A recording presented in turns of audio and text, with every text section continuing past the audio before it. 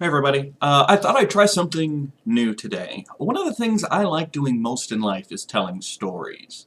Now a lot of my focus in my videos and everything is about storytelling through film, but there's a certain magic to stories themselves, and I like them in any medium. So I thought I'd try just telling you a funny story that has happened to me. I don't know if you'll like it, I don't know if it's worth it. It's going to depend on the feedback I get. If you guys like it, believe me, I've got plenty more. If it's not your thing, then I just won't make any more. It'll depend on the feedback, right? This doesn't mean I'm going to stop making any of the other videos. These are very simple to make. I'm just going to, talk about my life a little bit. There's a couple of things you need to know for this particular story. The first of which is always a nice red flag whenever you're going to tell a story.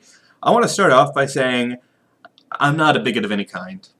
I don't care what color your skin is. I don't care who you choose to sleep with in the privacy of your own home. I don't. And I don't know why anybody does.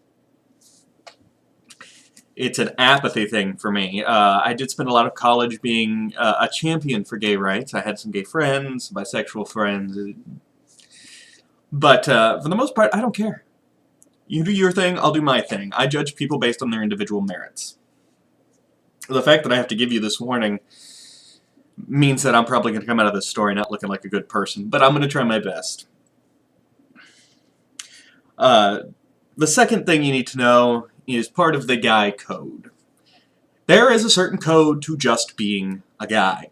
And I'm probably not supposed to share it with the female viewers, but you're not going to understand the story unless I do. So, one particular section of the guy code addresses conversations in the bathroom. You see, when a man is peeing at a urinal, you do not talk to him. That's the rule. There is one exception to the rule. You can talk to somebody at the urinal, provided the conversation you're having began before urination did, and will continue afterwards. Like, if the peeing is just something that's happening in the middle of this conversation, that's cool. But you don't strike up a conversation with a man who's got his hand on his junk and is peeing. That's just the rule. And the point of this story is, I don't know if gay guys got the same guy code book that the rest of us did. So I'm at this lesbian bar. Why am I at a lesbian bar? Fine, there's three things you need to know for this story. Like with most of the absurd moments in my life, there was a woman involved. She wanted to go. I, of course, said yes. So there I am, feeling, at least, like the only straight man in the lesbian bar. Been there for a little while, and I need to go to the bathroom. Circle around the bar a couple of times, can't find a bathroom. I mean, there's plenty of women's restrooms, cannot find one for guys. Anywhere in this bar.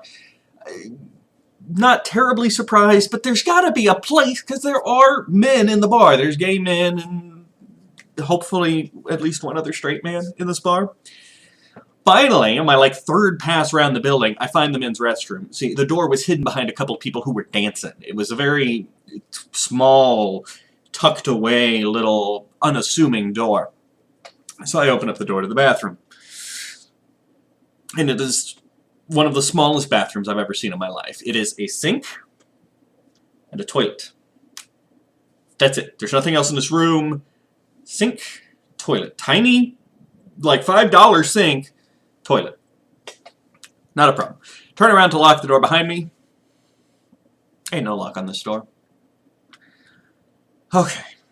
I'm not as pee-shy as I was in my youth, and I really need to go. So, I start peeing. Luckily, my back's to the door, so it's not like if the door opens up, I'm on display for everybody out there dancing and having a good time. Door opens behind me. I figure the guy will react as any guy would in that situation. He opens the door, sees somebody there peeing, he will close the door and wait. Not so. He opens the door, he walks in, and he starts washing his hands, because apparently this man has such a hygienic fashion to him that he likes to wash before and after he goes to the bathroom, I suppose. It's a little awkward because we're literally touching shoulders while I'm peeing and he's washing his hands, but fine. I continue to pee. Door opens again. And I'm wishing I could pee faster. Now, surely this guy is going to see that there are only two things in this bathroom. Both of them are occupied. There is a toilet, which I am using. There is a sink, which my shoulder buddy here is using. There ain't nothing else in here for you.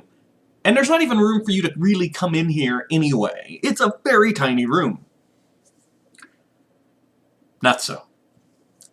This gentleman squeezes his way in, jostling me and the other guy, closes the door behind him, and just starts chatting. Hey guys, how's it going? How's life going? How are things? How's the wife and kids, you know? And now I'm completely out of my element. There is no room to move. I am desperately trying to empty my bladder. I've got Mr. Hygiene next to me and the party animal between us. Yeah. These are the situations I find myself in life. I finished up my business as quickly as I could. Decided to go ahead and skip the whole hand-washing thing and just get out of that tiny, cramped club before more people came in to start dancing.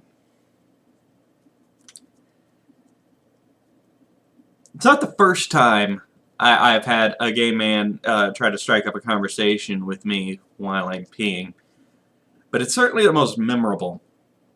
And it does bring me back to my central point.